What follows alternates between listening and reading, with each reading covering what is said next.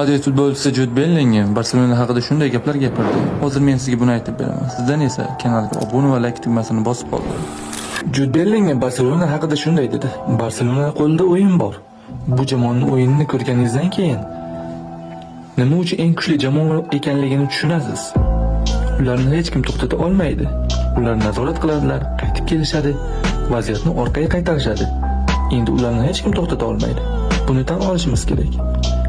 Bu boshqa Barselona. U ishonch, tezlik va ajoyib sifatli o'yinchilar bilan to'la.